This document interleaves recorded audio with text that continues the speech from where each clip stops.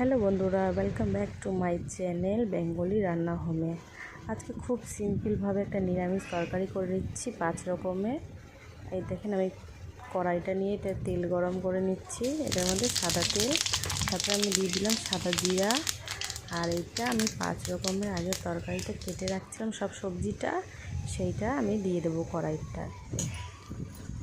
দেখেন, খুব ভালো করে আমি এটা কেটে ধুয়ে নিয়েছি আগে দিয়ে। এটার মধ্যে সব আপনার কাছে যা যা সবজি থাকবে সেটা আপনার দিয়ে দেবেন। তারপরে সাদা জিরা, আমি 5 ফোড়ন এগুলো দিয়ে নিয়েছি। দিয়ে খুব ভালো করে নাড়াচাড়া করে নেব। আমি 5 মিনিট ঢেকে রাখবো। 5 মিনিট ঢেকে রাখার পরে আমি দেখুন হালকা লাল করে ভাজবো। প্রথমে সবজিটাকে ভাজতে হবে, তারপরে